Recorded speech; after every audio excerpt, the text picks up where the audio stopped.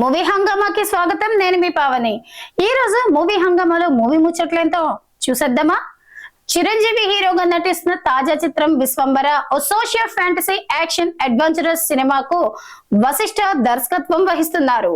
UV creations పతాకంపై విక్రమ్ వంశీ ప్రమోద్ నిర్మిస్తున్న ఈ సినిమా ఈ సంక్రాంతికి విడుదల కావాల్సింది, కానీ కుదరలేదు.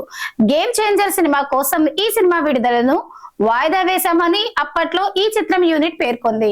ఆ సంగతి అలా ఉంచితే తాజాగా ఈ సినిమాను సెప్టెంబర్ 10న విడుదల చేసే ఆలోచనలో ఉన్నారంట. అక్కినేని స్టార్స్ నాగార్జున తన 100వ సినిమా ప్లానింగ్ లో ఉన్నారు. ఆయన తనయుడు నాగ చైతన్య తన 25వ సినిమాను సిద్ధం చేసుకుంటున్నారు.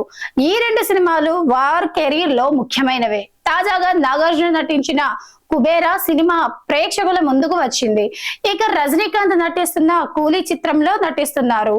ఆ తర్వాత కింగ్ 100 సినిమాపై దృష్టి సారిస్తారు.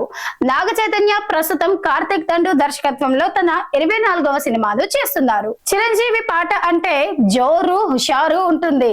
పాటల్లో ఆయన మెరుపు వేగంతో చేసే డాన్స్లు ప్రేక్షకులని చిందులు వేయిస్తుంటాయి. చిరంజీవి నటించిన అనేక పాపులర్ పాటలు రీమిక్స్ గా కూడా వచ్చాయి. అయితే తన పాత పాటలోనే తానే అంటే చిరంజీవి నటిస్తుండటం ఆసక్తి కలిగించే విషయం. విశ్వంబర చిత్రం కోసం ఓ ప్రత్యేక గీతాన్ని చిత్రీకరించనున్నారని తెలిసిందే. కొత్త పాట కాకుండా గతంలో చిరంజీవి నటించిన అన్నయ్య సినిమాలోని ఆట కావాలా పాట కావాలా పాటనే ఐటెం పాటగా విశ్వంబరలో చిత్రీకరిస్తారని ప్రచారం జరుగుతోంది.